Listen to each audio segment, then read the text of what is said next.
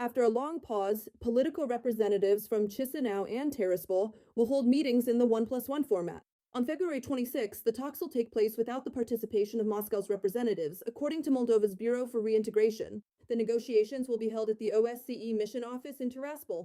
Meanwhile, on February 26th, the Moldovan parliament adopted a declaration marking the fourth anniversary of the start of the full-scale military invasion of Ukraine by the Russian Federation, condemning Russian aggression.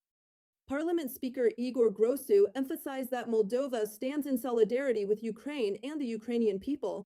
We are grateful to our neighbors for the courage with which they defend their freedom, their country, and their future, and also for the fact that through their resistance, they are protecting the peace and security of the entire region, especially the Republic of Moldova.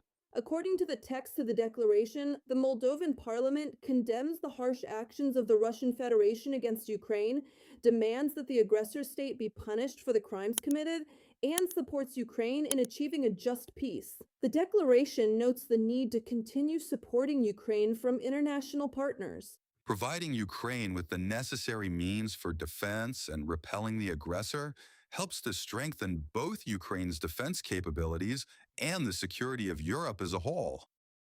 In this context, we once again emphasize the importance of further increasing sanctions pressure on the Russian Federation. The authors emphasize that the accession of the Republic of Moldova and Ukraine to the European Union is of strategic importance for the stability, security, and sustainable development of the region and Europe as a whole. On the fourth anniversary of the full-scale invasion of Ukraine by the Russian Federation, Moldovan President Maya Sandu also stated that Ukrainians are defending the peace and freedom of Moldova.